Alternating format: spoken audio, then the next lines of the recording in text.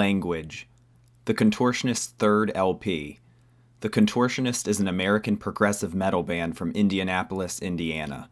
Formed in 2007, the band consists of guitarists Robbie Baca and Cameron Maynard, drummer Joey Baca, vocalist Michael Lessard, bassist Jordan Eberhardt, and keyboardist Eric Gunther.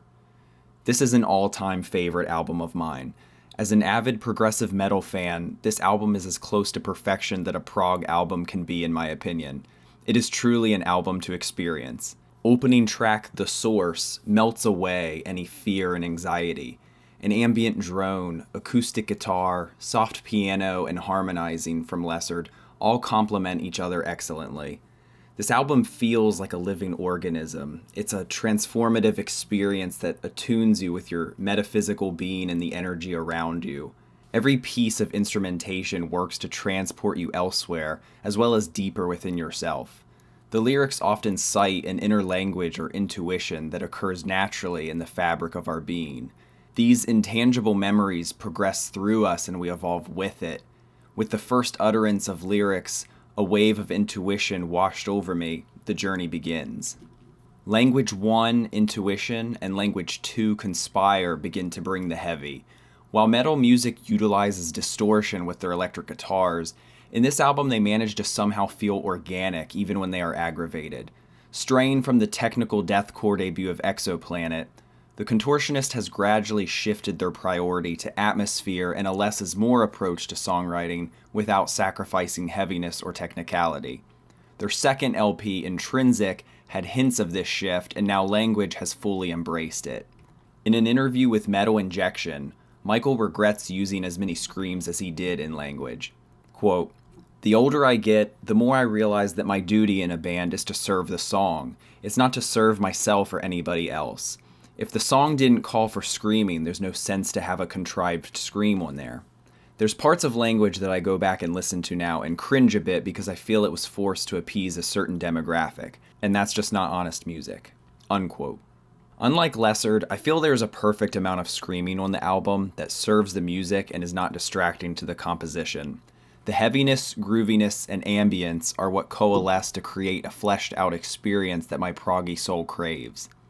Thematically, you need the screaming to capture every level of energy, such as instances in Language 1, Intuition, and Language 2, Conspire, where melodic clean vocals are juxtaposed with harsh screams at the same time, yet they play off each other as if they were one and the same.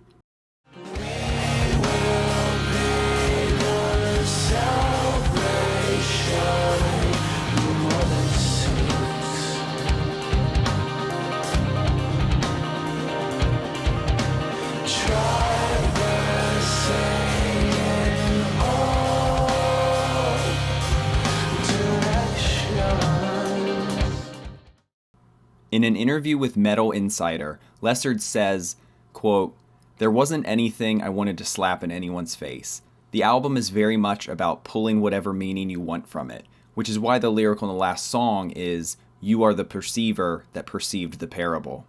Basically meaning that they're dictating what the story is, which is why we didn't release the album with lyrics, and I actually fought over that with management and the label for a while."